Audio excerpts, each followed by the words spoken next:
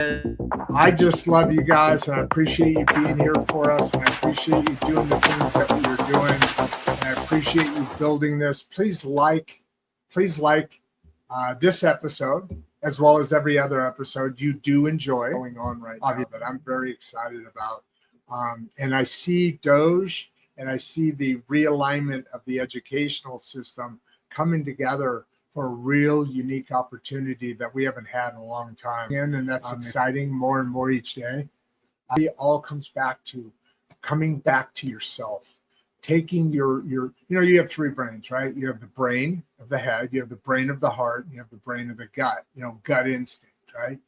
I would love to really be able to get into some comfortable situations where we can start feeding back into the community that we haven't had in a long time.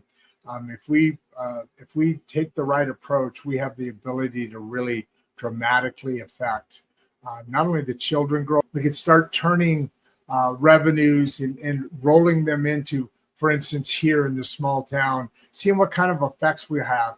We have coming up very shortly, as much as we should. And I think this is probably the strongest because it has emotion as well. And then those two signal to the brain to send out the chemicals that do the work that needs to be done according to whatever I have already talked a little bit about it with Emma on Emma Lynn and Grandpa Rod.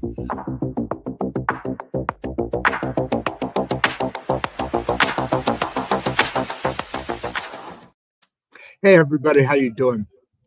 Let me start off by my intro monologue. Leadership isn't about calm seas. It's about what we become when the waters rise, when the sky darkens, and when everything we thought was certain starts to shift beneath our feet. See, it's easy to talk about leadership when the budget is balanced, when the market's up, when your team is winning. But real leadership, the kind that defines who you are. Oh, shoot, I forgot to ask you. David Chauhan? Good enough? All right, I'm terrible with names. But I love names. I love cool names, and I love accents. So we got a good one here today. The kind that defines who you are happens when the map gets torn, the compass spins, and the only thing you've got left is your faith, your courage, and your heart. That's what today's show is all about. Because this world right now is anything but calm seas. From the boardroom to the classroom, from the family kitchen table to the factory floor, every one of us is being called to lead through chaos. And that's not just a corporate challenge, it's a personal one. Our guest today, Dave Chauhan, author of Captain Set Sail, has lived that reality. For 17 years, he's been out there in the storm, leading teams, building people, and finding ways to keep the human heart at the center of the mission. He doesn't preach theory, he teaches experience. His nautical leadership framework isn't a buzzword, it's a compass, a way to steer when everything is shifting, a reminder to us that leadership isn't about control, it's about clarity. It's about finding your true north, even when you can't see the shore. And friends, that message couldn't come at a better time, because if you look around and just look around, you'll see people tired, anxious, burnt out, and searching for direction. We've been through a lot, politically, economically, emotionally, and the middle class, the great heartbeat of America, has carried more than its share of that weight. But what if this moment, as chaotic as it feels, is actually the sea that is meant to make us stronger captains? What if we've been given the waves so we can learn how to rise above them? I think about all the great leaders I've met, some with titles, most without. They're not the ones barking orders. They're the ones listening in the storm. They're the ones steadying the hands of people around them when fear sets in. Leadership isn't about power. It's about presence. It's about heart and steel, courage and compassion, empathy and execution, all in one. And that brings me to something I want to say today from the bottom of my heart on this Veterans Day. To all of our veterans who have served, those who have sacrificed, those who stood watch while the rest of us slept, thank you. You are the living example of what leadership looks like when it matters most. You didn't lead for recognition. You led out of duty, love, and faith in something bigger than yourself. You are the embodiment of courage under fire, the kind of courage that holds a nation together when everything else feels like it's breaking apart. And to the families of veterans, the ones who stood by the phone, who packed the care packages, who carried the weight of worry and pride, you led too. And you led through uncertainty, through silence, through the long nights of waiting. You are the quiet heroes of America's heart. So as we talk today about captains and chaos, let's remember leadership has never been about perfect conditions. It's about navigating imperfection with integrity. It's about being the one who says, I'll go first. It's about lighting the way when everyone else can only see dark. Dave Chauhan talks about 3 roles in his book: the beacon, the Wayfinder, and the Seafarer. The beacon, that's the one who shines steady, giving others hope when they can't see their way. Excuse me. The Wayfarer, that's the strategist, the one who sees patterns in the storm and plots a course forward. And the Seafarer, that's all of us, doing the daily work, rowing, adjusting, believing that every wave is still part of the journey home. In your life, maybe you're the captain of a business, or a teacher shaping young minds, or a parent trying to guide their kids through a world that feels complicated more than ever. Whatever your ship looks like, this is your storm. And you, my friend, were built for it. You've got the compass inside of you. You've got the strength you haven't even seen yet. And when the wind hits hardest, that's when your voice, your leadership, your faith matters most. Today, I want to challenge you to look at chaos differently. Don't just survive it, learn from it. Let it teach you who you are, because every storm reveals something about the captain. It's not about the size of your ship. It's about the readiness of your hand, the steadiness of your hand, and the readiness, to be honest, of your hand, and the strength of your heart. Leadership in this age, whether in business, politics, or our own families, has to return to being something human again. We've had enough of the noise, the ego, the chaos for chaos's sake. We need leaders who know how to listen. Leaders who know how to stand firm. Leaders who lead not just with authority, but with authenticity.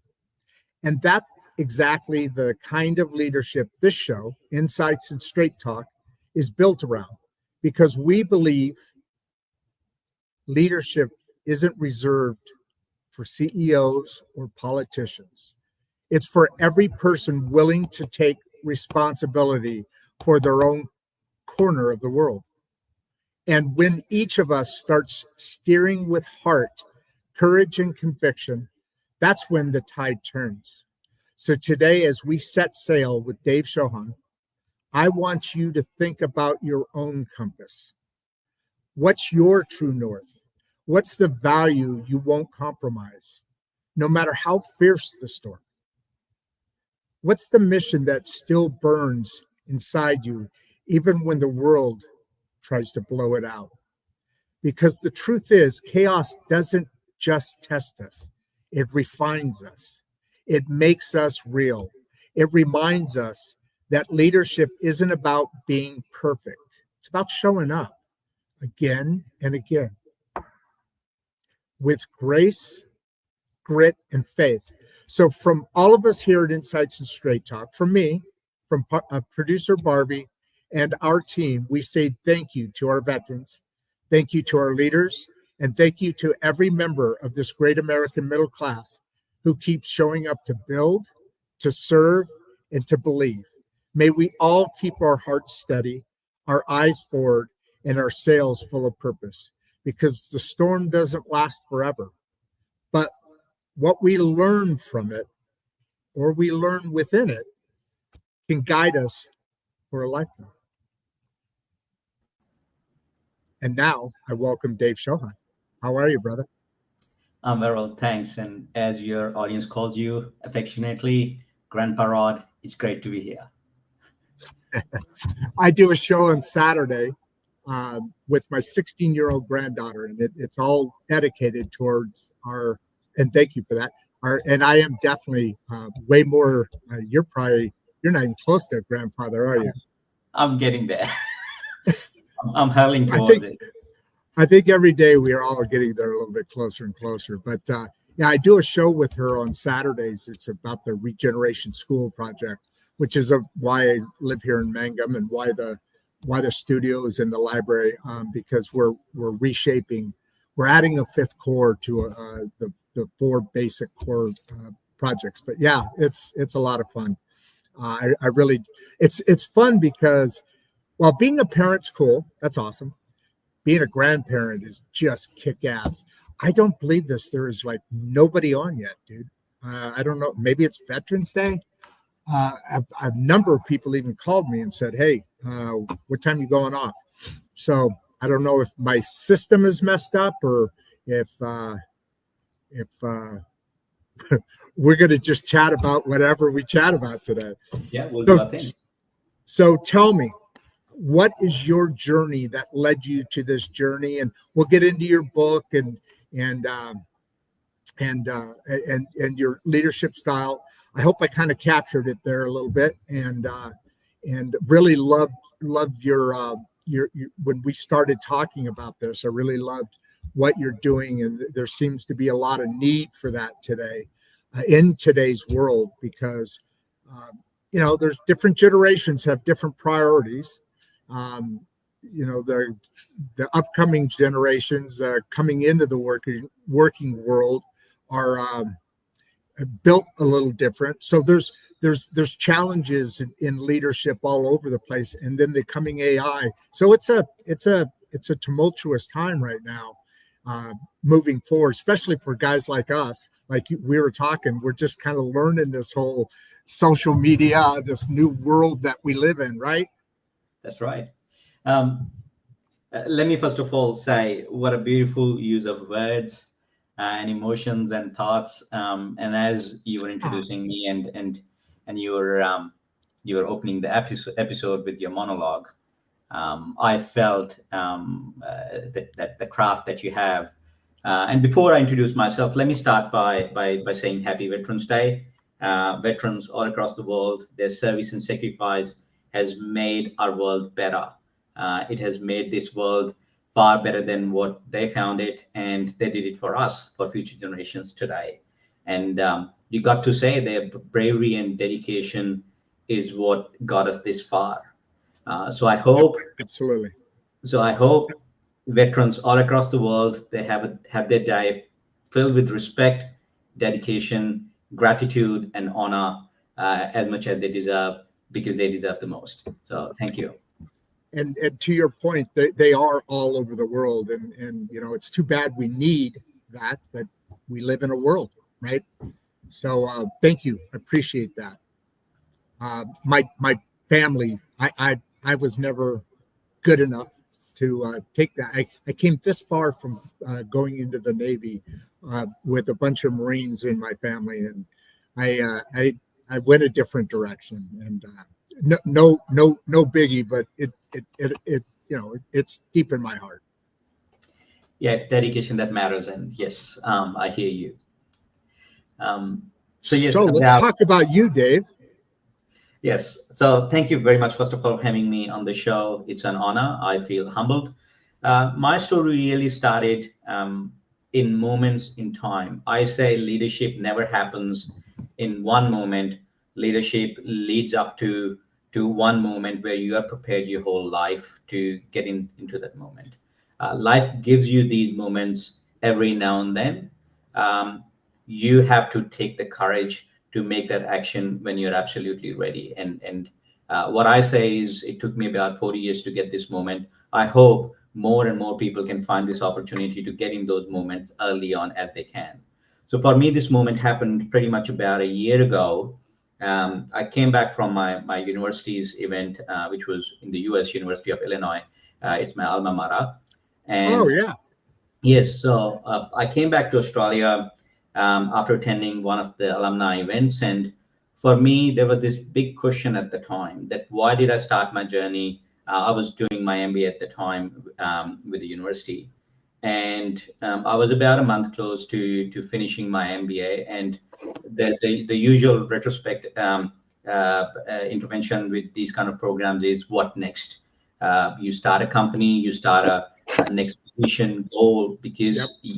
you feel equipped, and your network grows significantly with these kind of programs. You feel, okay, what I'm going to do with the opportunity that world has given me. uh, I didn't know what was my opportunity and what was my purpose. What I knew at the time was the thing that I was doing at the moment, which was working with a company, usual leadership position in a corporate Right. world. That was not it. I wasn't looking for another title. I wasn't looking for another zero to my paycheck. And I sat down. I had this conversation with my wife, and her response was, "Dave, you have worked so hard to get to this point. It's not going to get any easier for you to keep asking this question over and over again before going to bed every night. That what's purpose for my life, or what's my purpose in this world? Do it. It's not going to get any easier. It's hard when you're sitting on a couple 100,000 paycheck, walking away from something where you give yourself every reason that I've got mortgage to pay, I've got a fancy car, I've got bills to pay, holidays coming. You give yourself every reason, and all those reasons are justified for everyone where they are in their life. But for me, it was getting to the point where, and I reflect back on Viktor Frankl's words, that there are two deaths in a human or in man's life. One is the actual death, when you Right. physically leave this world. But the second one is more painful death, when you lose your purpose in life. Oh, I love And I wasn't ready to die this young, this proverbial death. And in about a week's time, there were chatters about, in my organization at the time, about restructuring. I felt it is the world giving me signals. Um, Mm. from my job, to about a week, I am unemployed. I just walked away. I had this conversation with my management, and I was like, I'm done. The conversation pretty much started on Friday, and by Wednesday next week, I was out. And it was hard, because you feel what you're going to do when you have everything established in life, and suddenly you are peeling that band-aid off yourself, not knowing what's on the other side. um, I come back home about this time. Christmas is coming, and that gave me ample time to ponder and reflect. And one good thing that I've done my whole life is journaling. So I Say that again. One good thing that you've done in your life is what? is journaling. I've Journaling. journaled, Gotcha. yeah, my whole life. Every time where I found myself in a pickle where I can't find an answer, my easy way is to reflect back and just journal.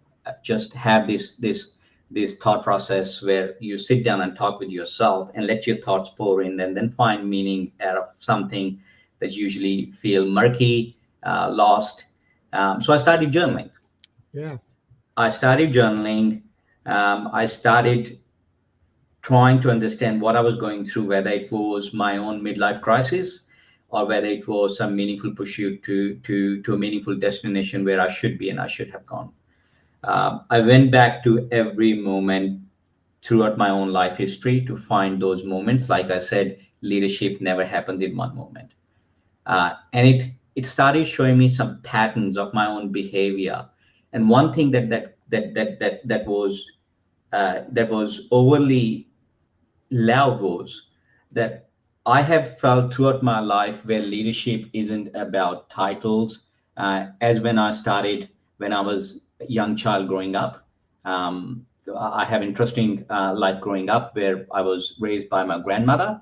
Um, but then over time, when I reflected back on my university days, going forward to my early career, and all the way to the moment where I got to the point where now I'm the management. Until this moment, I've always had a reason to say management is doing this, so must be right. I just don't understand it.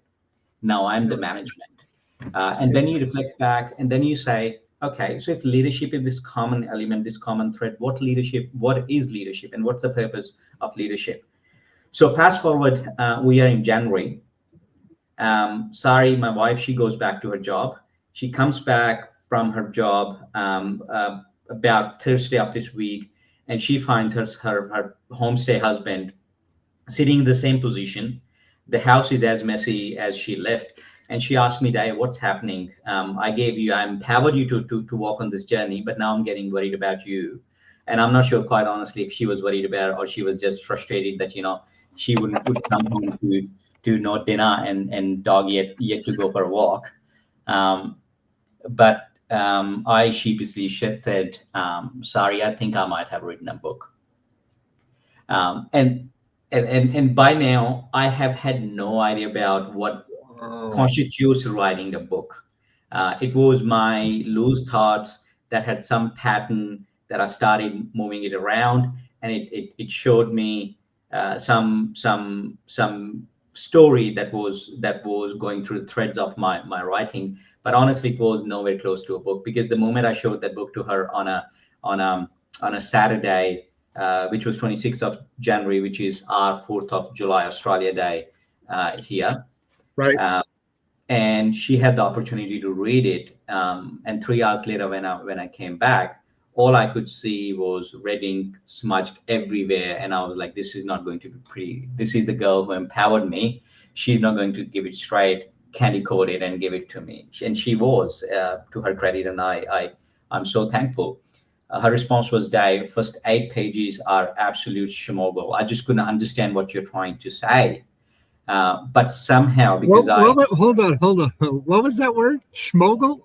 Yeah, like travesty. Like it was crime against. That's an Australian term, right? I told you I love languages. And schmoggle. Okay, I'm gonna remember that one. So it's travesty. It's no, you. What are you getting at here, Dave? Kind of thing, right? Pretty much. And because I didn't start as you. I'm going to borrow that. I'm going to use that. Go ahead. Keep going. I'm stuck on it now. Go ahead. And because I wasn't writing a book when I started, I was just trying to pour my own thoughts on a piece of paper. And she said, because I love you and I can see the pain you have been going through for all these months now, I persevered. And somehow when I can get to page 8, I can find that is so meaningful and so important stuff that you're saying. But I got to warn you that this is not an easy walk. There is a lot of hard work that's involved just in the writing of itself, because she didn't know either what we are about to venture and embark upon. And she said, I hope you listen to me and you continue. I sat down in my chair and I started crying. And here I am crying like a grown man, crying with tears. And I said, this is it. This is what I wanted to do. But I suppose this is where I could come by myself. And this is where I feel like I'm lost. I don't know what to do. She hugged me and as confident and as supportive she is, she said, that's fine. We'll figure our way out. Let's start. So from that moment, we started looking around. We found some incredible, kind people who ventured on this journey. And I'm talking about likes of Michael, who's my book editor from New York, my designing team from Canada, and sort of we just kept forming this team and this caravan, and we got to the point where by August and August, we had this first version of this book ready after 15 revisions.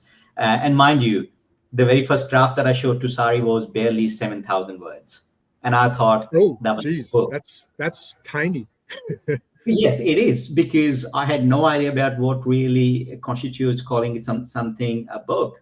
And now we are sitting at about 70,000 words, a respectable book that got to the point after 15, 16 revisions. And there were people who were kind enough to really stress test my theories, the work that I had done, and my research and everything. And here I am. A year ago, about this time, if you had asked me, Dave, what are you going to do? I would have given you my Christmas and holiday plans. That's about it. Yeah. So literally, this was only a year ago. That's right. All of what you just described, with your team back and forth, finding them, locating them, doing the revisions, you must have been, I mean, obviously that's your full-time job, right? You were working on this day and night, obviously. I have spent 18 hours. At times I've spent 24 hours, and I'm not glorifying hustle. What I'm saying is something that's purpose of your life that's supposed to be painful, and I'm not glorifying pain either. What I'm saying is, when you feel that urge, when you find your purpose in life, you just can't live a day without not doing it, because our days on this world are limited. And I'm not making this feel morbid more than what it should be. But again, I reflect back on Alfred Nobel's story, where this guy, who was the biggest inventor and innovator of his time, he was the richest guy on the planet during his time. And one fine morning, when he wakes up and lifts the newspaper and see his own obituary, which was basically a mistaken death of his brother in France, and there were no tools for communication as we have today. And he read his own obituary. Wow. And it said in French, "Merchant of Death." And that hit him so hard that day, that from the very moment when he read his obituary, he decided that he's going to change his life, because this is not the way he wants the world to remember. And from there comes the guy who invented dynamite, the guy who invented every cent and dollar he earned his whole life and had the biggest wealth at the time, on this discovery, transformed and decided that he's going to set up Nobel Peace Prize and every prize that came afterwards. And I'm not saying that my own discovery is of similar magnitude. It doesn't matter. What matters is we have come to this planet for a specific set need and a purpose. And my work is grounded in three elements. There is one, philosophical evidence. There is second, that's purely psychological, who we are as humans and how the need for purpose is embedded in our DNA. And there are so many researchers and scholars before me who have proven this. There is solid scientific data and evidence behind this. But then there is third, practical way. You and I, we are all humans and we live in a practical world. How these three, this triad of these three ways of looking at purpose overly brings us back to the same point, that it is all about purpose when we come to this planet. And when you do that, yes, a year's long journey, you can do your life's worth work in a year's time. And today I'm proud to say this is the hill I'm willing to die on. This is the purpose of my life. Wow. So what was, go through those three, that triad again. The one in the middle, I had there was a thought. Go through those again, would you?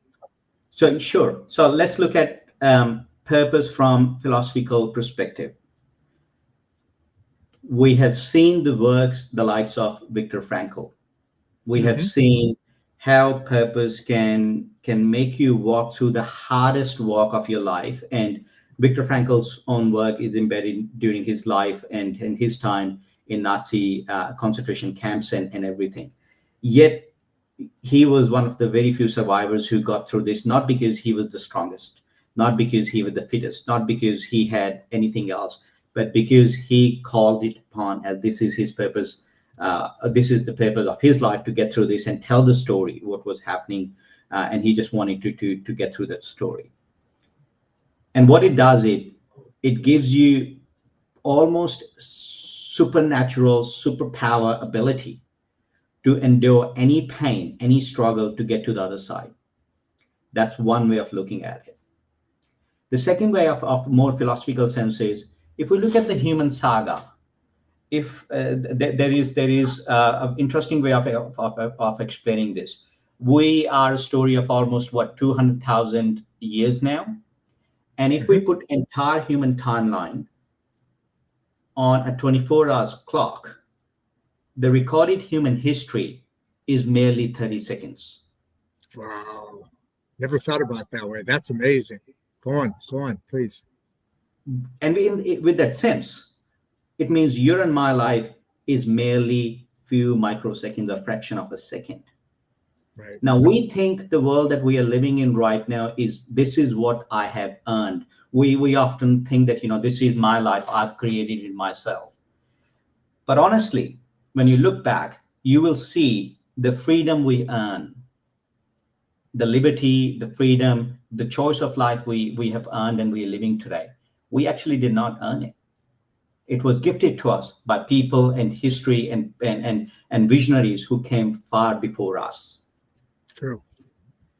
And on that journey, the question often comes that what are we going to leave for the world when we pass on? Because that's the legacy of human history. And that's the biggest profound question that we as humans, we need to constantly ask ourselves.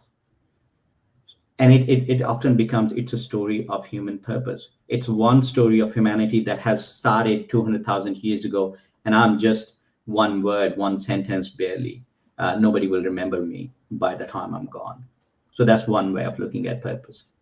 The second is psychological way of looking at purpose. Again, there is solid evidence and research behind it now. The one that I can reflect back for sake of this conversation is the concept of ikigai. The concept of ikigai comes from Japan, where they started looking at these 7 pockets of landmass or population, where they found maximum number of centurions, people who were living above 100. And what they started finding, yes, there are common patterns of food they eat, the community they live in, the kind of environment you get, the altitude, the weather, the oxygen level, and all that. And it sort of varies. It varies because one out of these 7 pockets, they call them blue zones. One has more of one thing and other of other thing, but there's a common pattern that is purpose.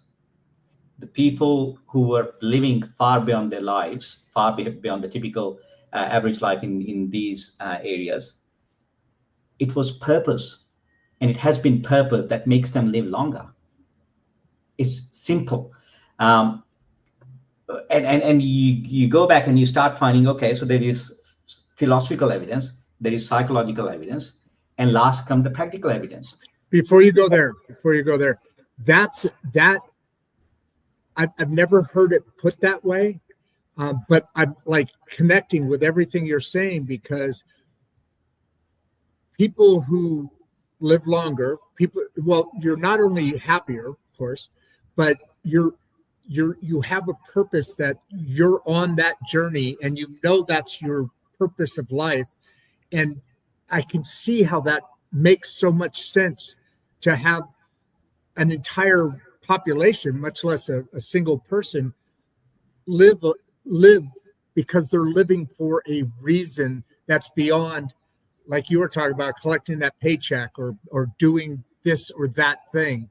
when you have a purpose that's surrounding your life, that really connects hard. That's beautiful. Go on with your other story. And that's why I wanted to hit that, because that is so much you don't hear that.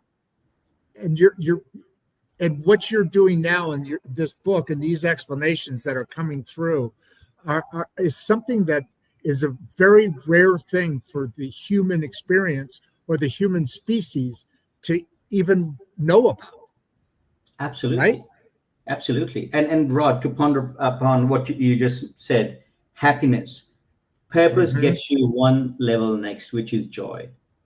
Joy is far more deeper than happiness. Happiness is an emotion that we feel. And yes, it's a byproduct of joy. But joy itself is what purpose brings to your life. Because what you start finding is joy of doing something that gets you somewhere. And it's interesting. People often say, oh, and let's move on to the next one, which is the practical aspect of purpose. People often say that there are athletes, there are actors, or whomsoever you want to reflect on, or take an example for part of this conversation, and you will find that these are the people, when you talk to them, and let's say I'm speaking with number one seeded tennis player, and you ask them, why did you start in the first place? They will tell you a story of that they started because their dad or their mom got them in the job, in the game. But the common thread you will find is this became purpose of their life. So what we are finding is in a practical way, when you are connected with your purpose, everything else becomes a byproduct. Your paycheck, your whatever you want to get, fame, everything else, anything else that's very materialistic. And yes, people often talk about that, that's not hollow, or that's hollow. But my response is, to get to purpose, you get through your basic needs in life. You can't find your purpose when you're hungry. And that comes from, again, psychological definition and the work done by Maslow's law of hierarchy, where you have to get through the basic levels of your needs. Once you climb that through, you will get to a point where you can connect with your purpose. So from the three elements, this is where one part of my leadership theory, which is nautical leadership model, as you explained in introduction, comes. Becoming the beacon. And beacon is a little bit more than purpose. It is not purpose. It is purpose anchored in values. Because purpose sometimes can come across as purpose, but it is a pseudo purpose. And that's the most important thing as a beacon leader that you have to do, distinguishing between what pseudo purpose and what real purpose is, and actually getting to your real purpose. And once you get to your real purpose, then you have to connect to your work in a meaningful way to back to your purpose of your life. And essentially that becomes extension of your company's mission, your organization's mission. That becomes extension of your team's mission. Everything they do every day, every night, every meeting, every deal they make, it becomes extension of moving towards that purpose. And then people say, okay, so one day you will get to your purpose. And my response is no. That's the beauty of purpose. What do you think if MLK, Dr. Martin Luther King, will come back to this world? Would he say, yep, everything is done. I have nothing to do because I've achieved the purpose of my life? No, this is the beauty of purpose. It's a direction. Yeah. And purpose, it's evolving. It does. So if MLK would come back today and he would say, yes, we fought the civil rights movement, my work is done. No, never. He will say there are still far more people on this planet who need my help in the same direction, giving them those human rights, and my work will continue and it will never end. In the same way, for leaders, they never achieve their purpose. It's that beautiful relationship that keeps them pulling in that one direction. As you said, it keeps on evolving, anchored in their values, and you keep heading in that direction. And the beauty is not getting there. The beauty is the journey itself. And it's the journey itself. We always talk. You hear those lines, those comments, those empowering kind of statements out there. But the journey is when you're okay. So you have a journey, and then you have a journey of purpose. Two totally different levels that are there. I mean, I feel we're on a similar journey, more than I even realized before. But that purpose gives you everything. I want to ask you also if this is the right time, or we can come back to it. But when you have a team that has a purpose, what does that look like? So finish what your thought was, and then I want to go into that a little bit. What I like to say that, what does it look like? Because it's easy to say, all right, team, 3 people, 1 person, 50 people. This is our mission. Now it's your journey. That's not that easy, is it? It's not. You're right. Let's look at some practical examples. There are so many companies right now out there in the world talking about purpose and mission statement, and it has almost become call it annoying, call it hopeless, and call it a marketing spiel when people talk about purpose, and all you see is a beautiful set of marketable words framed and hung on a wall in a boardroom, and nobody talks about this. But what I've seen through my work is it's the best. So true. Mission statement. I've written a few. Depending on the company, they can actually have some meaning behind them, but really they are what you just said, kind of more marketing than anything else. And so go on, please. There is solid research now out there, and there was, let me quote this research that was done, I think, by McKinsey a few years ago. What they found throughout the entire history, when they look at organizations, and I'm not talking about corporate organizations, I'm talking about organizations pan across any work they do. Let's fit them in a definition of organization. On planet right now, we have the most equipped, resourced organization by far by any standard. Let me repeat that. If resources were the concern, we have organizations that are far more equipped, far more resourced than ever back through the entire history of humanity. Okay, hover here for a second. Totally agree with you. Absolutely. We've got a little over 100 people on. Boy, they came in late today. Really crazy. But anyway, so they're more resourced than ever before in history. Do you say that because, well, organizations have grown and matured? It's like governments have gotten better over the 3,000 years of governing us. Not necessarily doing the right thing, just being better at it from experience. Is that what you're leading to? I'm leading towards the resources, number of people, money, tools. Oh, there's more people in. Okay. Yep. Everything, whatever they need to actually make an impact. Throughout the entire history, companies are far more resourced as ever been. Yet, 85% of people feel they're disconnected with the purpose of the company. They have absolutely no idea about what their company's core purpose is. That means almost 8 out of 10 people rock up to basically collect their paycheck. And this is not their fault. This is not their fault. This is the leadership disconnection with their purpose. They can't even motivate their own people when they have all the maximum expected resources that they could have ever provided throughout the entire history or a human timeline. Yet people come and rock up and they are not connected with their own purpose.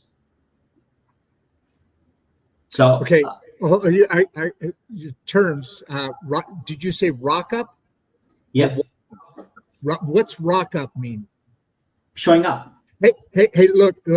Just for FYI, I like to use this. I'm the safety net. If I understand it, I guarantee anybody here. There's a couple hundred, 220 people on. They're starting to ask questions. But so if I'll and you're very good. I appreciate you help with the flow. You're obviously very good at speaking, and your accent is just freaking awesome. I'm loving this. But rock up means, again? Showing up. Wow. Where does that come? Okay, I'm sorry. I'm going to sideline here, but that's another great word. Rock. Okay, so rock up in Australia means showing up. Where does that come from? To be rock hard, to be, what is that? No. Or is it anything? Is it just something somebody started saying? Yeah, I think so. Yeah. All right, go ahead. I love it. So from that perspective, yes, we are reflecting back that in modern world, when we look at companies and their mission statements and their fancy visions, they are generally marketing words plastered on a wall, and that's what research says today. So you were saying, what does purpose really look like? And my response is, think about when Apple started back in 1960s and not 1960s, much later. Oh, this is a good example. Okay, go ahead. Right? Yeah, I like it. Yeah. Then, if you would have asked Steve Jobs at the time, that would you go forward in time, and in about 2008, would you invent anything like iPhone? His response most likely would have been, I've got no idea, no clue what you're talking about. True. Right? Because it's a journey towards purpose. Everything else is a byproduct. And so should companies' services be. So should companies' products be. Apple, what doing is today, in 20 years' time, in 2 decades or 3 decades' time, they will be doing far more different things. Oh, absolutely. Yet, they will be connected with their purpose, which was to empower creativity and people and really give them tools to make things meaningful in a way that they can do with their skills. And I think that's what is the one big definition of purpose. Most companies think that purpose is about being the best in the world, or beat their competitor, or get to 2 million or 4 million or $20 million revenue and all that stuff. They are just KPIs. They're just goals. They come across, they masquerade themselves and look like purpose, but they really are not. And that's the definition of purpose. And if you can really frame, and if you can really talk yourself into something that you can achieve in a very tangible way, then quite possibly it's not purpose. It's a pseudo purpose. If you, it is. And the second definition of pseudo purpose is, if you can wrap a purpose and embody it around certain demographics and people, and you can say 12, 15, 30, 40, 50 people will fit in that category, and that's it. I can't fit any other human being or any other creature who can essentially encapsulate in that statement, who will get benefited from when we achieve this, then quite possibly it is again pseudo purpose. It might come across as purpose. Purpose is often far bigger than you can even comprehend, and you can count people on your fingertips. Purpose needs and purpose is far more bigger. It can come across as purpose, but it often is not. So how do, and I'm going to get to a few of these questions after a bit here. It looks like we even have another talk show on the show with us here. But how, so you're defining what the journey is. Let's see, how do I say this? You're defining what purpose is, or what it does or doesn't look like, pseudo purpose versus actual purpose. So getting to the core of it, how does a leader know how to drive a team under the guise of purpose? I mean, you can't say it all in, I mean, it took you 70,000 words to get there ish. So, but just a broad brush, how is somebody out there who's got a team and they're listening to you and they're going, oh my God, this is what I'm missing. Our company does, we have this pseudo purpose, or, the 8 out of 10 people are just walking in to collect a paycheck. I think most people know that. How do they change that structure? Right. So the very first thing a leader must do is tap into their own values. Okay. You So gotta know. you start from the inside out. It has Yep. to. Yep. Talk about the most successful entrepreneurs, innovators, successful people of our times before us. You will find that their purpose is always starts with sorry to cut you off. We are right at 500 people now. I don't know what Right. took them so long to freaking get here, but there's 500. We stream all over the world. We've got like between all social media and everything, we got about 20,000 subscribers, and all that's happened over a year. And you know why? Because I find producer Barbie said that when I built my machinery business, I did that out of pride. It's about me and building something. But when I started doing this, I kind of wrapped up the company a few years back. But when I started doing this, I found my purpose, my journey, and it made all the difference in the world. Started writing a book, similar things. But yeah, I get you. So you're starting from the inside out. You got to look at yourself, and we talk about this for the great American middle class. You got to start building from the like I said in the monologue. Take care of your own part of the world, right? That alludes to that. Now say it better for me, would you? Thank you, Rod. First of all, thank you to all the yeah. audience. There's 500 people here, man. 497. So let's look at purpose, right? There are multiple ways of looking at purpose. Yes. Let me put this one out there for you. People think purpose is one thing they want to do in their whole life. That's how people think. My theory says, I get that. My theory says it's actually wrong, because purpose is the one thing you can't live and die without finishing it. Oh. Purpose is that one thing, and here's how I'm going to explain you, Rod. People think this is one thing that I want to achieve in my life. But if I flip the question and if I say, Rod, one thing in your life, if I'll take away and your whole life will become meaningless, what is that one thing? This show. My words. Yeah. This is something I do a show 6 days a week, not because I have to. As a matter of fact, people always ask me. I'm sorry for interrupting your point, but no, please, you're fascinating. Where the hell did you come from, dude? You're fascinating as hell. We haven't even gotten to how all this developed within you. I know you said it started a year ago, but you're not only are you obviously well educated, but there's something about this. But if I wrote a book, which actually I had several people looking at it, and they loved the work, the writing, and all that, but I didn't have a platform. So my purpose, my book's still sitting on the shelf. I haven't even got back to query it yet because this show is just taking off like crazy. And what you just said, what is the one thing that is taken away besides my grandkids, and my kids too, but besides my grandkids, this show, if this audience of 605 people, holy crap, we're getting up there. Where were you guys earlier, damn it?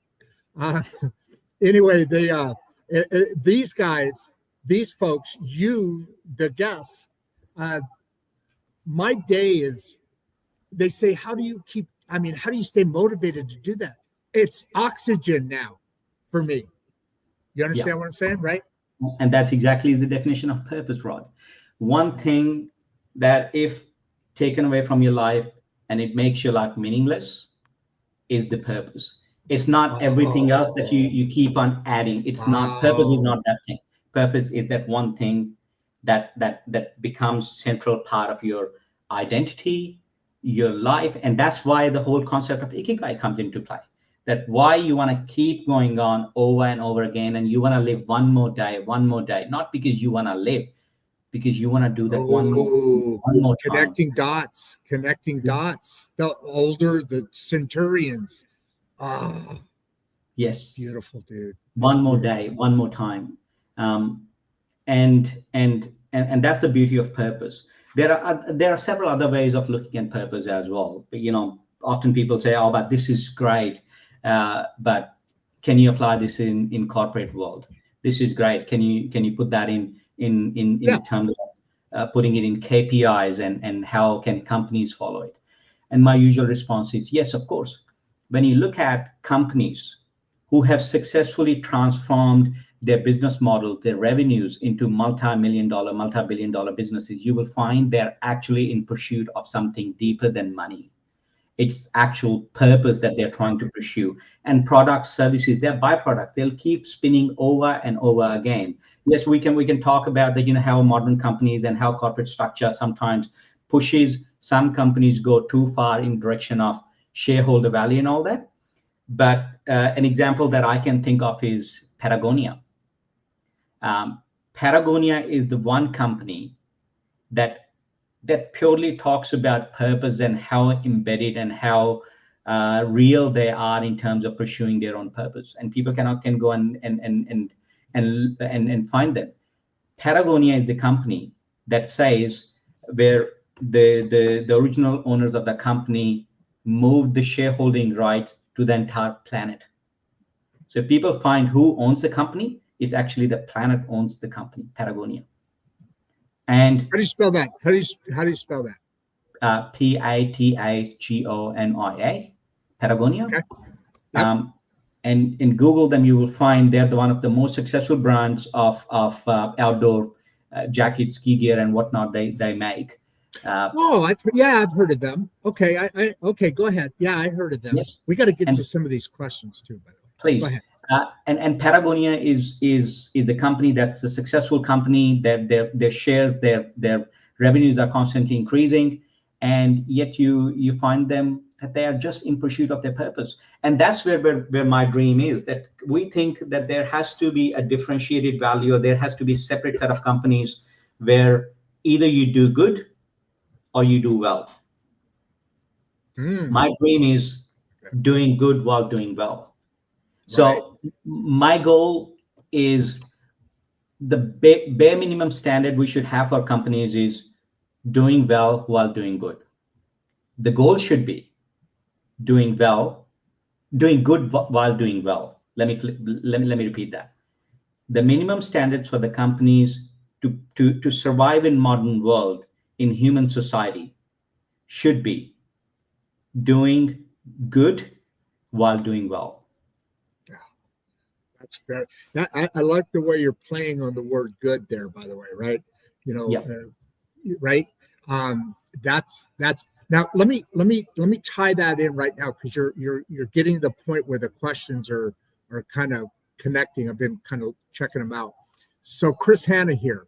How do you keep your team calm when everything feels so chaotic?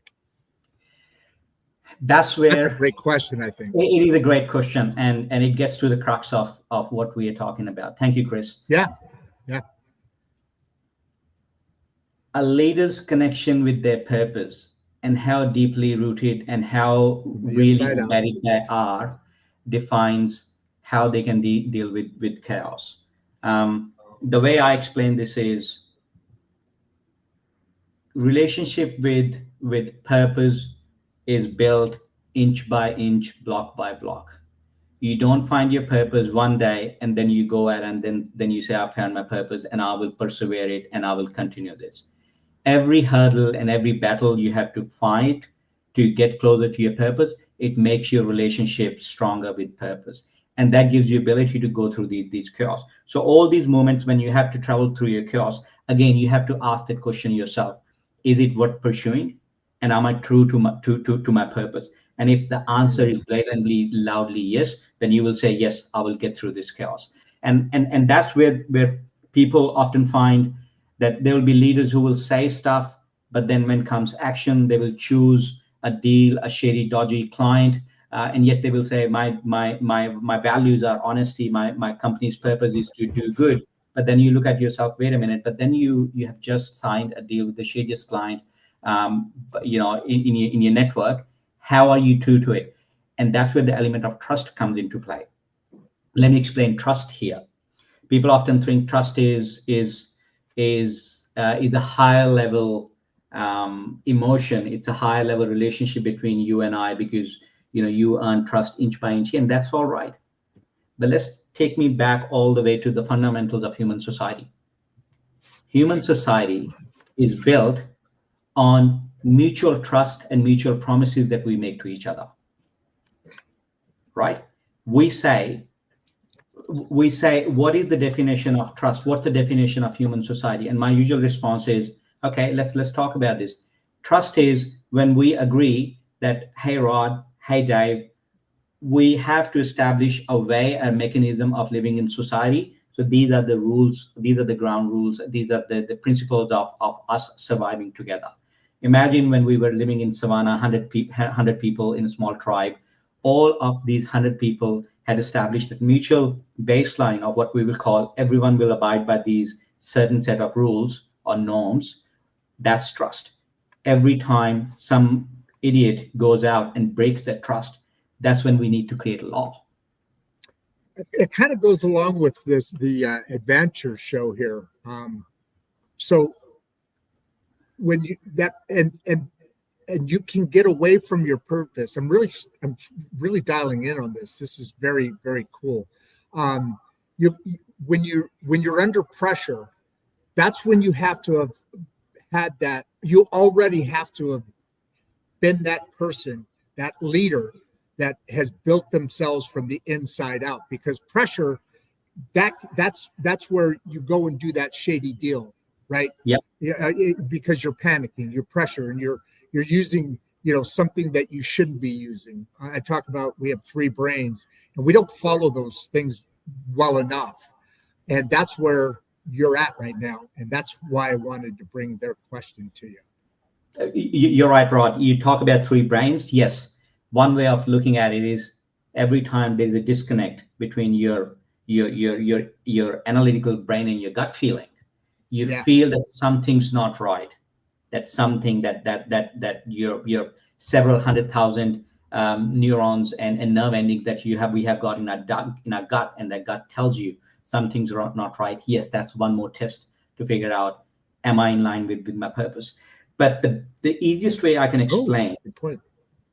The easiest way I can explain getting through those chaotic situations is answer yourself and ask yourself that if I get where I want to be, once I get through this chaotic situation, would my purpose be still intact? Would the soul of my purpose be still intact? And if the answer is no, then don't do it. How many leaders out there that haven't, had your education, because you can't deny that anything what you're saying isn't spot on. In the working world, you said 8 out of 10 people in an organization just rock up to work and just show up. They get a paycheck and that's what they're doing, and it's not their fault. So leadership should be driven from those the people that are able to lead and people that aren't just workers, right? But what percentage do you have a feeling for that our leaders out there actually come from? And I'm not talking about political leaders, because I'd say that's near zero. I mean, all over the place. And I'm not right or left, but I mean, what's going on is what's going on. But leaders of industry, of people in their family and in their work environment. Is it a 2% thing? Is it a 40% thing? Just throwing a number out there. What do you think? Rod, unfortunately, that number is really low. And the reason is back in about 1960s and 1970s, this incredible scholar came out. His name's Milton Friedman, and he came out and he reset the definition of what would be a definition of company. And the definition that he gave was company's goal is to make shareholder value as long as you can do it lawfully. It's not a paraphrase, but that's the crux of the definition. Right. When the definition was given, Wall Street, fire. Wall Street loved it, Yeah, because Wall Street calls remember. for shareholder value, and Yep. that was the definition taught in every top-notch MBA program, every school, and unfortunately, the modern breed of leaders that we have, they're coming from the same school of thought. Yeah, and So, that you can mark that moment when yes, businesses took a turn. It wasn't about the consumer anymore.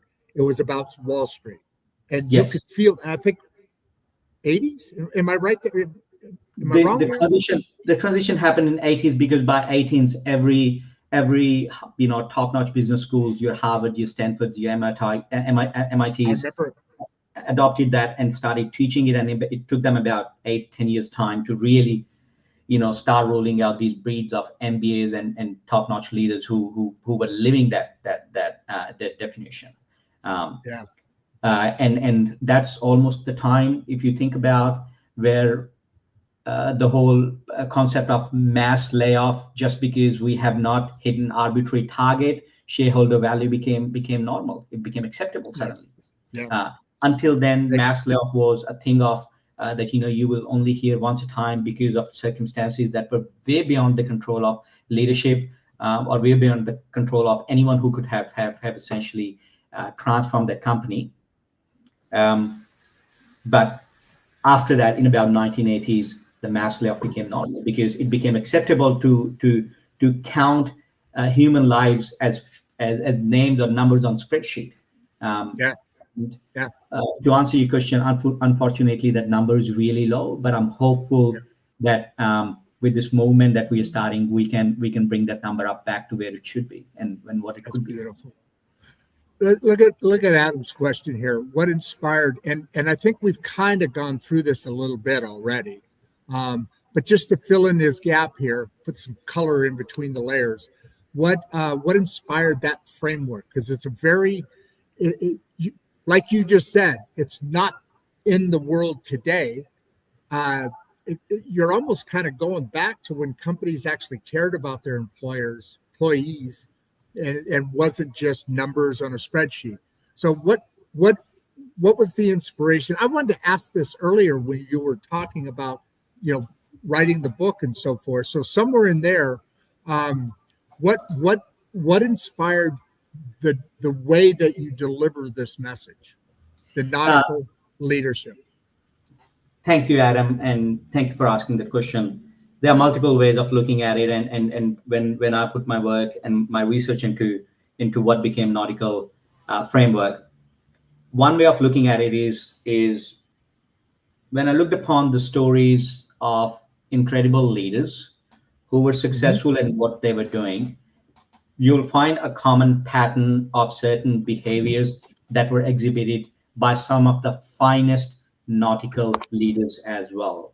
Let me explain that, and let me build upon this concept. I'm not talking about the whole idea of captaincy. I'm not talking about the whole concept of what happened when these nautical voyages were successful and what happened after that. The whole colonial times and all that was essentially really bad.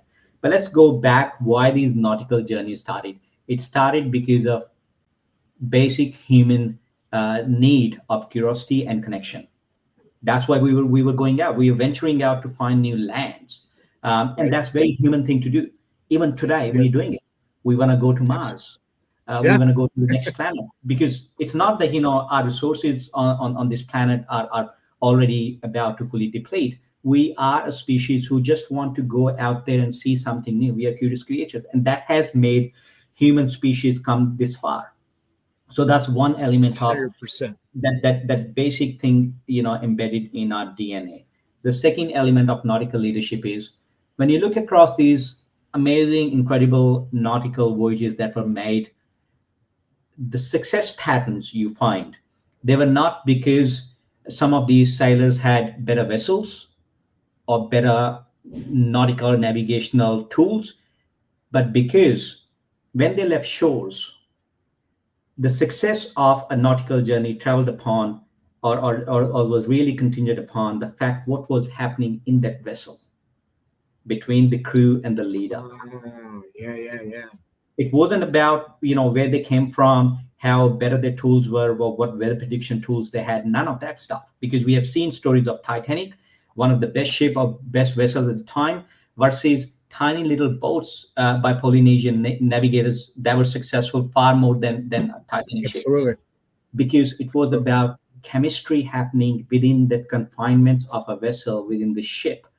And that's another aspect of looking at it. The leadership is essentially in the same way when leader and the followers interplay, and that chemistry that goes on between decides whether you will be successful as an organization, whether you'll be successful in your mission or not. And the third element of nautical leadership comes from the simple fact that back when we were making these voyages, we didn't know where we were heading. We had absolutely no idea about it. True. Or what it even looked like over there. I mean, they were sailing into the darkness.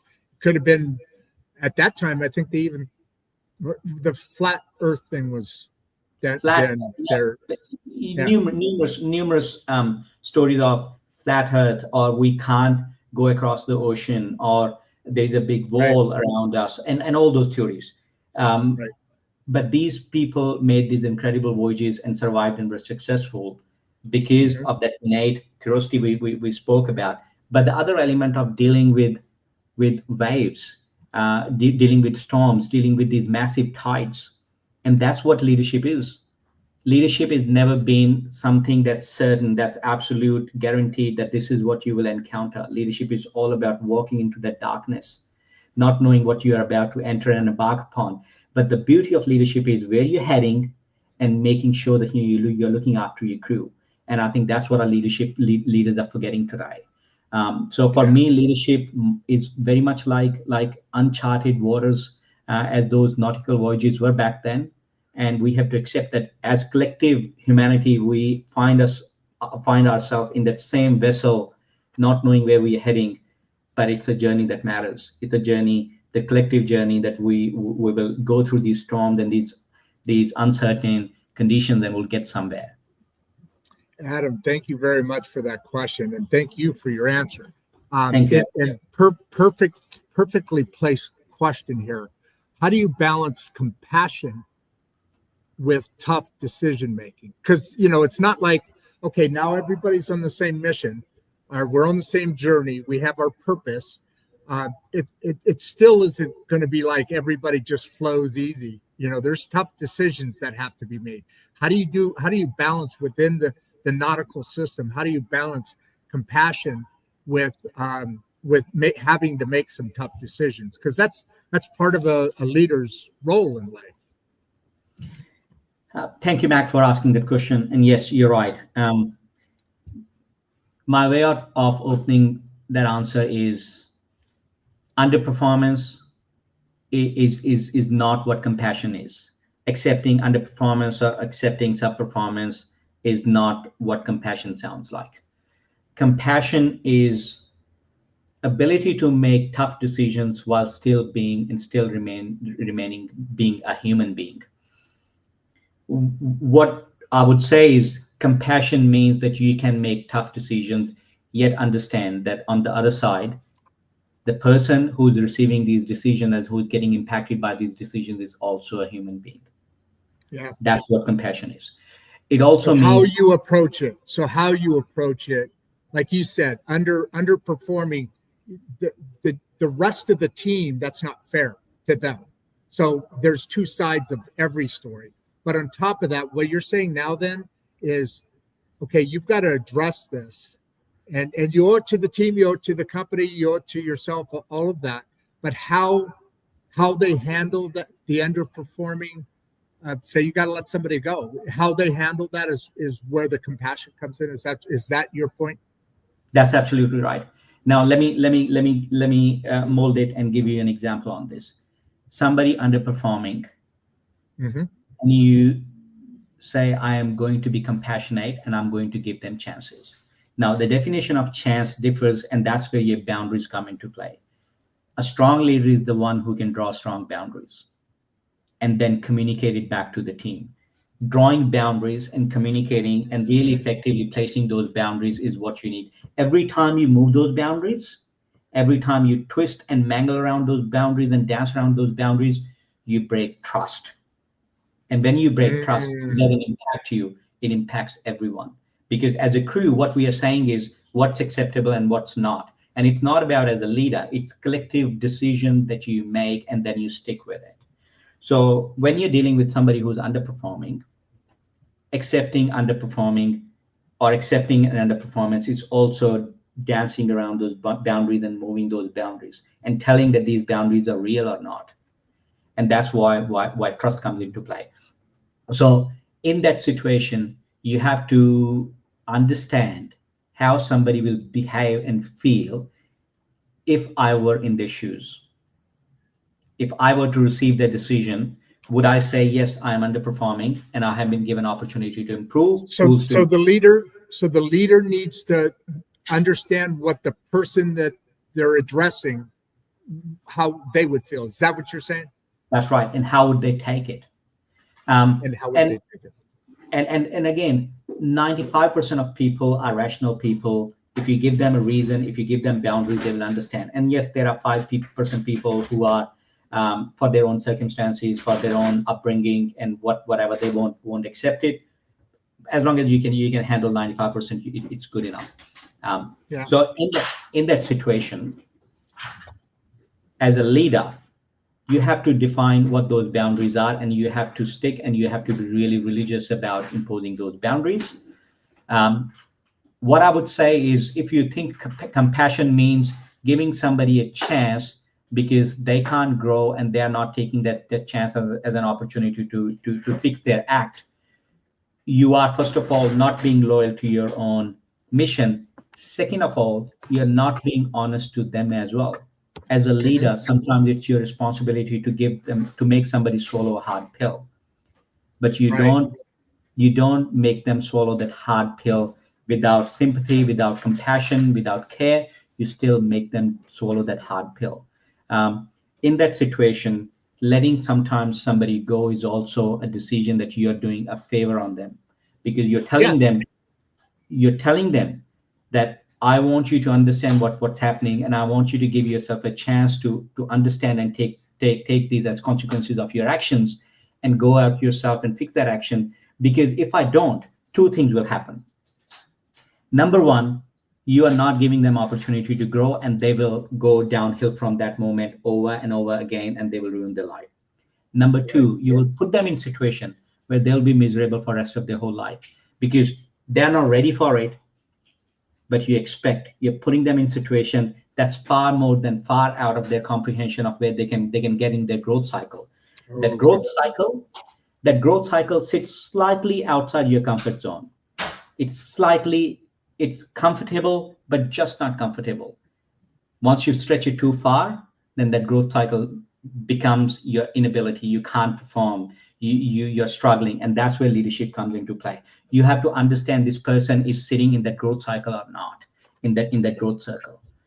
And they may be underperforming just because they don't realize it. But there was a movie out where there was these people that were hired to let people go in a corporation, and the way that they moved through things were, folks were devastated and crying, but they turned around because they knew them. They studied each person before. And these were all management people of a large corporation. Because they knew before, they said, what's your dream? So they may not be living their dream and are never going to be happy doing that. But when you make that decision to make that change, to have compassion and to know what they're about, boy, again, you're connecting great dots here. Mac, that was an awesome question. Film lawyer here. Leah, can courage really be, now I want to add to this before, can courage really be taught, or is it something you're born with? I think for me personally, I think certain people have, have the leaning ability more than others. But I think courage comes from, in my opinion, comes from what you've gone through. So I think it's more of a taught thing than a born with thing, right? Thank you, Laya, for asking that question. Awesome question. And yes, it's a great question, and I love it because it takes me back on my journey where it took me courage to come this point and accept what I want to do with my life. So to answer if courage is a taught thing or it's something you're born with, it doesn't matter you're born with or not. It's definitely something you can learn. Yeah. And let me first of all define what courage is. But you have to have enough courage to get on to doing it. And you had that courage, whereas people in life will just keep doing what they're doing because they don't have enough courage to make a change. So the experiences that you have, leadership like through you, can bring that courage out, right? Let me put it this way, Rod. Courage is not the feeling of not feeling fear. Oh, no. Yeah, correct. It is feeling the fear, seeing it sitting right there, what you're afraid of, and then walking around it because it matters, because you have to. That's the beauty of courage. And more you do, more becomes your second nature, more becomes your habit, and more you keep deciding that I have to show up. Sometimes, and you will see, here's my example about courage. People think, and often we have portrayed leadership as this ultra, macho style leaders who are not afraid of anything and they wear a cape and all that. Right. Leadership is exactly opposite of it. If you see, and I'm going to quote example from some say Winston Churchill's life. The right moment when he walked to the parliament to give the speech, and he made the decision that England is not going to surrender because France has already surrendered and they're the last standing odd against the Nazi forces. Right before that speech, right before the decision he made, he was still not sure about it. He had the moment where he sat down with the king and he explicitly said that I'm not sure about it. I'm afraid of what we are about to embark upon because nobody else is telling me that we have this ability to stand up to these Nazi forces and make the decision. And that's the beauty of courage. That courage is feeling that fear, being reluctant to take an action, yet taking that action because your relationship with purpose is far more bigger than stepping down and slowing down and stopping today. So yes, every time you make the decision, it's like a muscle. You make that muscle stronger and stronger. So you got to just keep, and again, you start from the inside out, and then the repetitiveness, like you said, you got to work your muscle. I'm not gonna spend time with her on this because we've already gone through that. But why don't you read what she said, what Rochelle says here? Hi, Rochelle. Thank you. Nautical Leadership. Love that concept. How did you come up with it, Dave? I've explained already the reasons of Nautical Leadership, but I'm going to give you a personal anecdote because I think I owe it to the people here. I'm afraid of water. I'm petrified. Producer Barbie is too. I am afraid of water. That's my biggest fear. And for me, showing up, we're talking about fear here. Courage is about really embracing your fear and yet walking in that direction. So for me, every time I found myself in a situation when throughout my life, when I found myself, walking into a boardroom or walking into a meeting where we have to make the deal and I feel a little nervous, I feel I'm afraid of the situation, I'm feeling that feeling of fear. For me, leadership is yet walking into the meeting and showing up. And for me, that's my personal reason of coming up with this Nautical Leadership concept. For me, it was, okay, what's my biggest fear? And water is my biggest fear. That's another. That just brings that whole title a whole nother a whole nother level. That's brilliant. Rochelle, thank you so much for that. Now Jason here says, what's your go-to strategy when chaos hits unexpectedly? Again, we've kind of talked a little bit about this, but why don't you just add a little more color for Jason here, please? Thank you, Jason, for the question. It's a really practical question, and let me explain it this way. We are living in a world when we can have endless amount of data, we can have endless amount of information that we can keep getting and yet not make a decision. Sure. Go-to strategy for leaders is to understand not making a decision can be far more dangerous than actually making a decision that's slightly wrong. That's one thing. Mm-hmm. They understand the cost of not making a decision can essentially be far more dangerous than actually making a decision that's either slightly wrong or in the direction of getting to the right decision, but decision is journey. It's far more easier to steer a moving ship, a moving vehicle, than a stagnant one.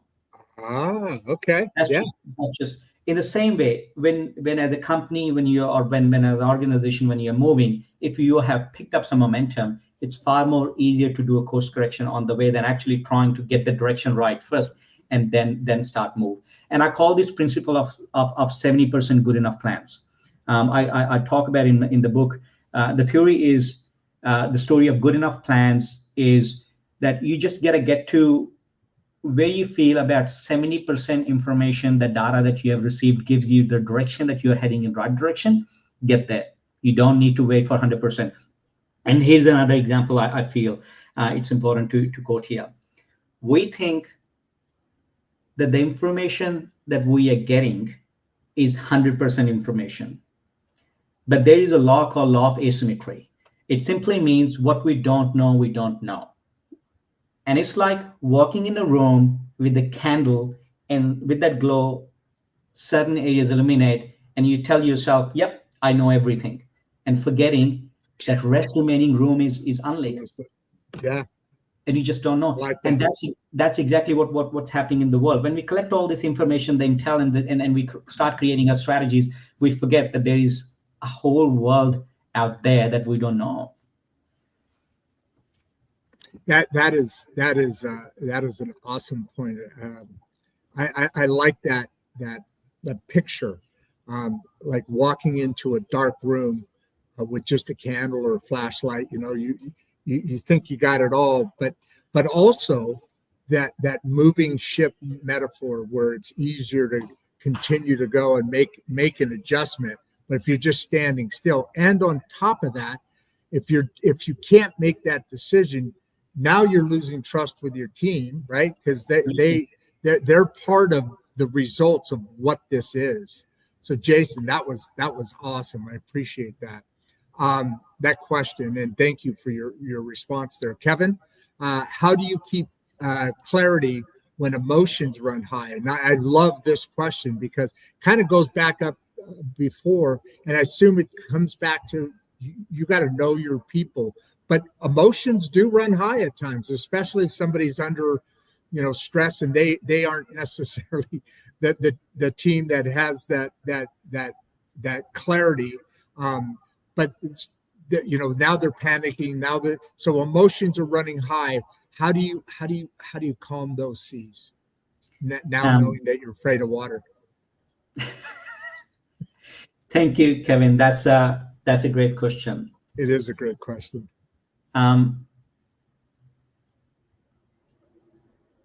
First of all, as a leader, we need to understand the difference between emotions and who we are. Okay. I'm feeling good, and I'm a good person. I'm feeling happy. I'm a happy person. I am feeling afraid versus I'm a coward. They're different elements. True. Good point. And as a leader, we need to understand when emotions are coming, they're usually a result of a situation people feel, not because who they are. And Ooh. when I feel an emotion, it's a response to something that I am understanding, I'm looking at with a different perspective, and it becomes leader's responsibility to provide that clarity. We see that in politics. We see that often in the world out there. We see that what's happening with AI, emotions are running high, not because people want it, because that's a response, that's an emotional trigger to a situation. And as a leader, your first responsibility is to understand why that's happening. Great point. Thank you, Kevin. So it looks like the last question here, and I'm going to ask you because I'm going to get in so much trouble. Hold on. Oh my God. We're at an hour and 45 minutes almost now. Oh, wow. No, I'm sorry. An hour and 30 minutes. That's not right. We start at 1:30, right? We definitely hour and 40 minutes. Hour and 40 minutes. An hour 40 minutes. Wow. Yeah. I was only supposed to be here for an hour. So I hope Joe isn't all pissed off because he did this as a favor. There's still 654 people on here. They came late, but they're powerful. I haven't had we usually been sitting in the 300-400s. We've had several show in the 8,000, couple thousand range, depending on the topic. This is in the top few shows. I mean, this is obviously something that people are really, thirsting for, that need this information. Especially, you just mentioned in AI, it's a chaotic time, and what's happening coming down the road. It's moving so fast, nobody can predict that, right? So just Mr. Valan, I'm afraid of saying his first name here, Velino. So what's one piece of advice that you can give to future leaders today? And you alluded to this earlier because we were talking about this kind of change occurred into the 80s and really got ugly, stupid ugly, rock solid in the 90s, and probably started not in the 70s, probably the 80s, but we kind of edged around this a little bit. But this is a great question he has. What our comment or question? What kind? Oh my God! What question? How do you answer his question? We've been here for an hour 40 minutes. We've been here for an hour 40 minutes, Rod. It's okay. I'm going to try pronouncing your name, Mr. Valino Juanjo. Pardon me if I pronounced it wrong. That's what I was thinking it was, Juanjo, but I was too chicken to say it. So we apologize. By the way, as you're doing that, could you put your contact information into the private chat? I don't know why you can't just put it straight in comments. I think you have to be in StreamYard too, but put it in the private chat. I'll copy and paste it over, and while you're answering, and then we'll get a final comments from you if you would. Yeah, that's the easiest way to find me. Just my website. Okay. Just my website. I'll be back. Oh, go ahead. I'm sorry. What were you saying? Your website? Yeah. Easiest way to find me. That's easy. Yeah. That's easy. That's easy. This is an easy one. There you go. Go ahead. I was on your website. It's pretty cool looking, by the way. Thank you very much. Team's been working hard. I won't take the credit. It's awesome. One piece of advice that I can give to the future leaders: look, there is so much work to do in this space. There is so much work that we, as human leaders, we need to understand, and we need to start implementing what leadership means and what it means to be a leader in this modern world. But one thing that I can leave people with as a thought, and we spoke about AI, and I think that's a nice way of finishing this conversation. We live in a world where we have seen, or humanity has seen, Industrial Revolution 1.0, 2.0, 3.0, and we have seen the computing, we have seen internet revolution, and we have seen the power of 5G now and everything. Yeah. If I were to put it and I were to explain that what it means, that how AI is going to touch and impact human life, and my response usually is, we have not seen this level of evolution since the last time we discovered fire or we invented wheel. Everything else in between is missing. Absolutely. And it's not happening as fast. Like when the Industrial Revolution came, we saw it coming and we grew into it. Now AI is coming so fast that people are afraid of it, right?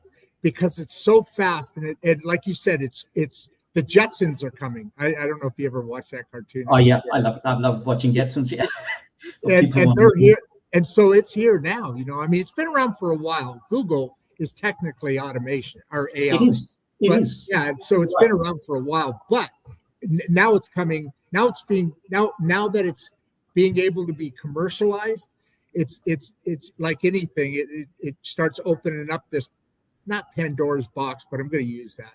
Now it's coming so fast that especially people growing up with it, like my kids are in their almost 40, and they're then the next generation behind them, their kids, college kids now, they were kind of born with a phone in their hands. So it's kind of like, okay, that's a natural evolution, but it's still, even for them, happening so fast. But for folks like me, and let's say my kids and up, this is your example of the fire in the wheel. Oh my God, so true. And we don't even know what it's going to look like yet, but we know what it's going to, where it's going. So go ahead. I'm sorry. Go with your point. No. We'll, please don't.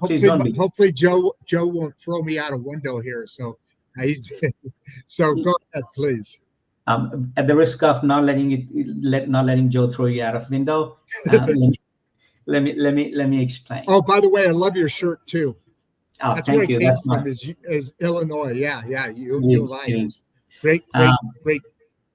It's a great place. Great school. Beautiful. Beautiful too. We really can't comprehend the amount of impact AI is going to bring to the human life. We think it's a tool. We think it's another mobile phone or another computer. It's actually not. It's evolution. It's human evolution going into the space. And think about it. Let's perfect. Let's think about it. Nailed it. Right now, you and I, we are having this conversation. Our conversation is based on sum total of your experience, my experience, sum total of your story, my story. Sure. Even in this conversation, think about if I were to implant a chip and you didn't get that chip. And that chip is connected with internet. Okay. And I have power of entire human race on my fingertips because this chip can compute at a level that I can't comprehend, you can't comprehend, but it gives me ability to then have one leg up on you. Yeah. That's not an human race, right? That's not an even. So from that level, and I'm not one who's talking about doom and gloom, but AI revolution is the only revolution in the entire human history that's funded by entirely private capital.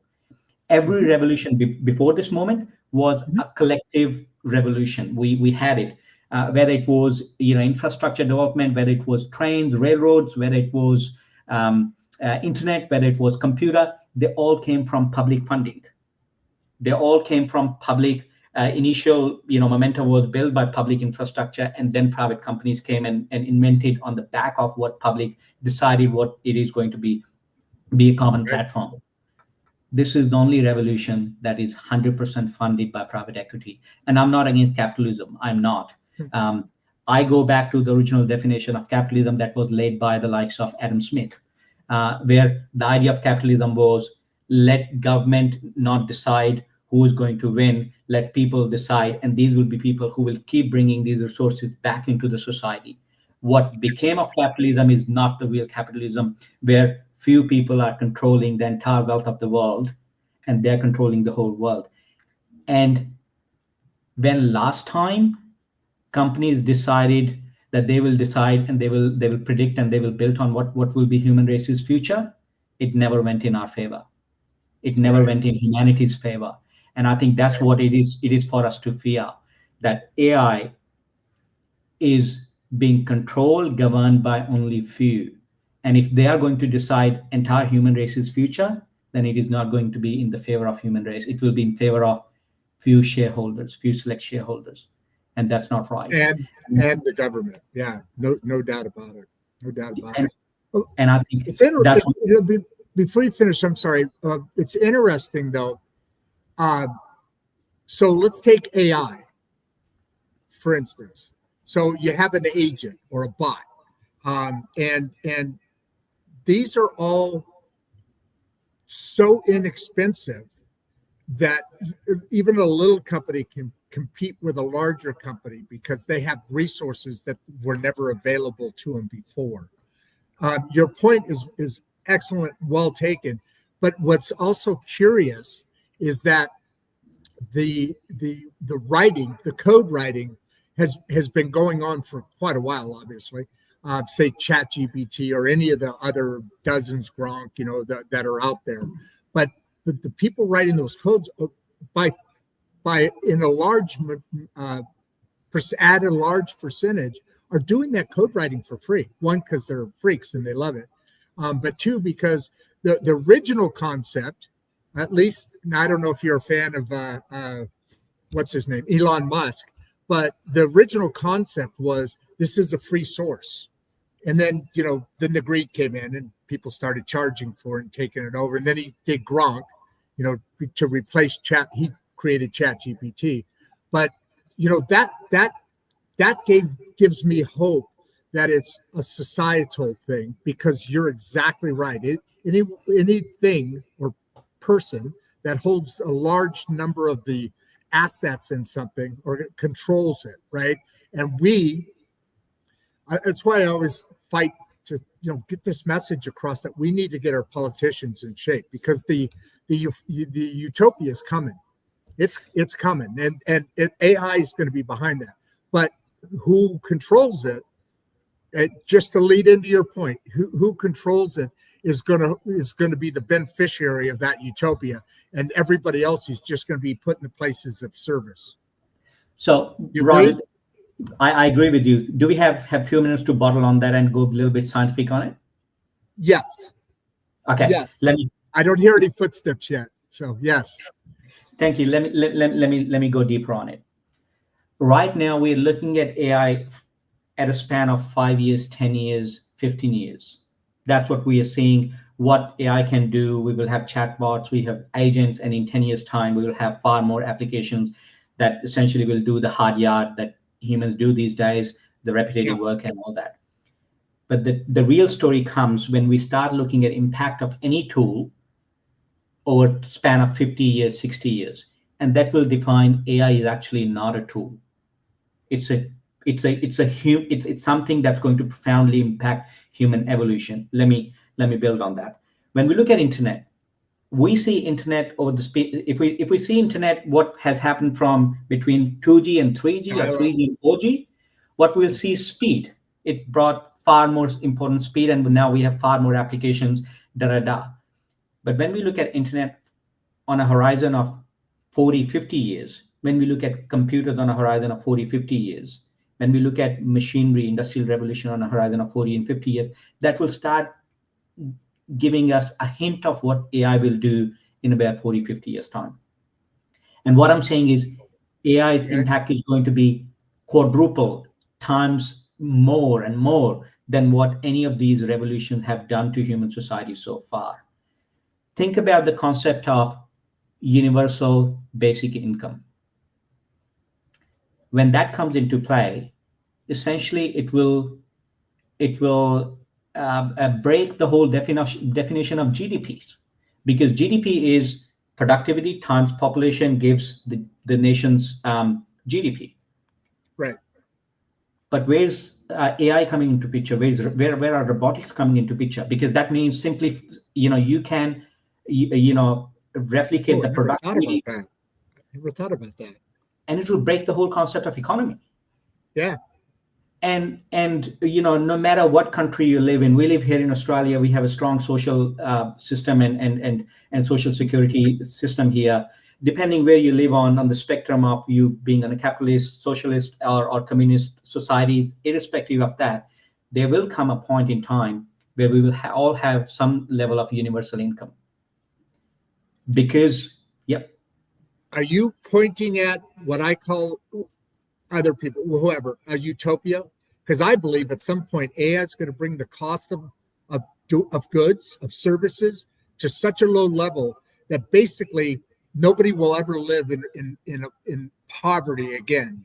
In other words, you'll have a robot in every house, So you at that point, your cost, you don't have to work if you don't want to, right? I mean, at that point, is that what you're kind of pointing at there? What I'm pointing at is that, yes, this technology has power to get humanity there. Yeah. However, we will get there or not depends purely on leadership and people who control it and how they use this power. And that's the fine difference. That's the fine difference of getting to a place of utopia or getting to a place called hell. And from that perspective, I love you, man. I've got a man crush on you. I just love everything we're so aligned, but you just say it way better. But I love you, man. Go on.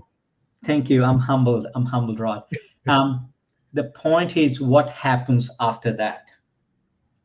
Essentially, that will unwind the whole concept of what we call humanity, because what we were discussing was humanity is fundamentally about curiosity, courage, getting somewhere.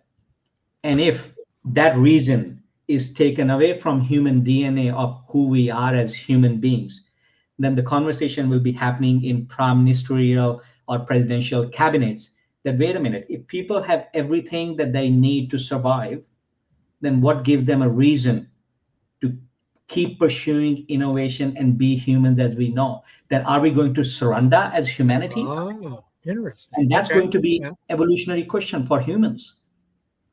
That we are not thinking that what might happen in 50 years' time. Are we going to be slaves of someone else's choices that's being driven by these artificial intelligence that will dictate humans' evolution or humanity's evolution from that point onwards?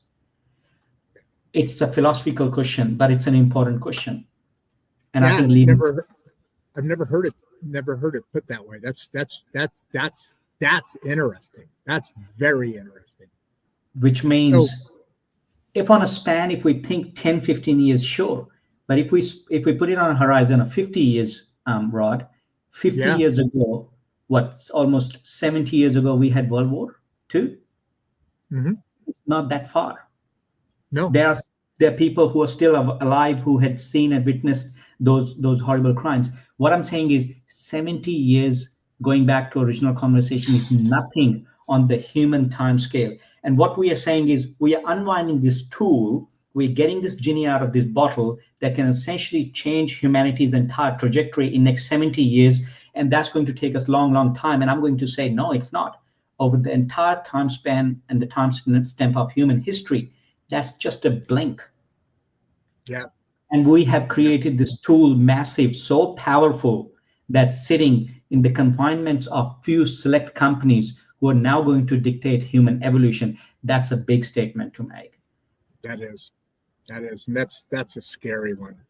All right, my friend, man, you've got the captivation of an audience, and let's hope this message continues to spread out.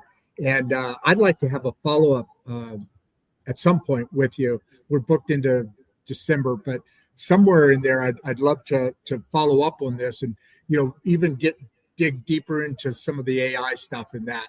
What do you want to say and would you wait for me in the green room while I wrap up? I just give a howdy bitey. But what do you want to say as a closing thought here that I can kick you into the green room and get this thing wrapped? I tell you right now, this would be a show that would be going on for 3 hours if I wasn't overstaying my bounds here. I keep looking over there. I don't know why I keep doing. That's the door out there. I'm wondering if he's peeking his head in. So as a final thought, and then a wave to your fan base here. What do you want to leave us with? And I got your website here. That's correct, right? Yes, it is. Thank you very much for, first of all, the entire audience who had enough patience to listen me and our conversation, Rod. Thank you very much. You have been an amazing thought partner today. I have done quite a lot of these shows now, but haven't had this level of fun. Thank you. A thought that I can leave your audience with comes from Jordan Harbinger.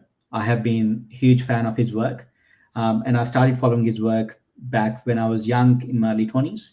And his go-to line is leaving this world better than you found it, leaving everything and everyone better than you have found it. Yeah. And it's such a profound thought, which means it applies to a simple room you walk into and you leave it a little bit more tidy, to a life that you touch as a friend, as a human being, as a partner, as a parent, as a child. Leave them a little bit better, because yes, we will leave. Our human history is designed in a way that we will leave everything and everyone one day. The goal is to leave them better, whether it's by choice leaving them or whether we are actually kicked out of this room, for example, right now, or this world. Just leave them a little bit better. And that's a profound thought. That embodies everything that you are. So obviously, it's been with you since your 20s. So obviously, it's something that means something. Why don't you give everybody a big wave, and I'll see you in the green room on the other side. That's beautiful, man. Oh my God, this is so sometimes you have to ask for forgiveness when you can't ask for permission. I hope Joe isn't going to hate me. They're a fabulous sponsor of ours, and they're really dialed into our message. The Mangum City Library here, and they are nothing but awesome hosts, and anything we can do, we try and help each other out here. I had a kid yesterday, a 12-year-old, when I was leaving, he said to me, "Hey, aren't you that podcaster guy?"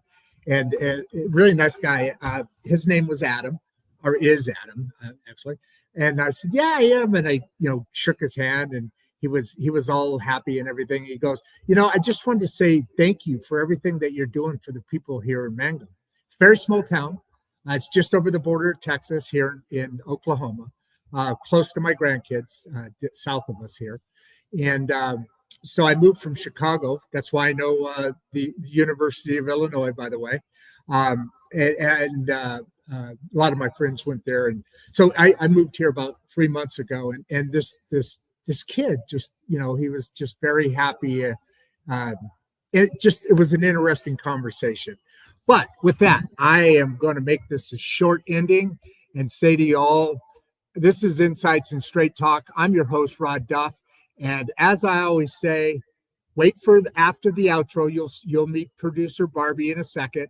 But after the outro, I'm going to try and throw something in for 2 seconds. And with that, I am out.